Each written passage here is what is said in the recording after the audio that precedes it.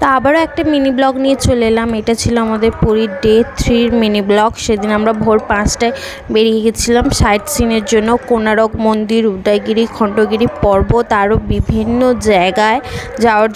Indo-Japan collaboration built in 1972, inaugurated by Kalinga Vishwabodha Nippon Sangha's president Mayoshi Fuziguchi, the founder of Kalinga Vishwabodha Nippon Sangha.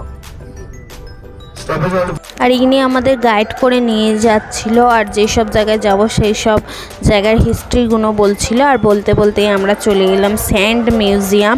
এখানে দেখো প্রত্যেকটা যা জিনিস আছে, এই পুরীর মন্দির বলো, জগন্নাথ বলো, সবই বালি দিয়ে তৈরি।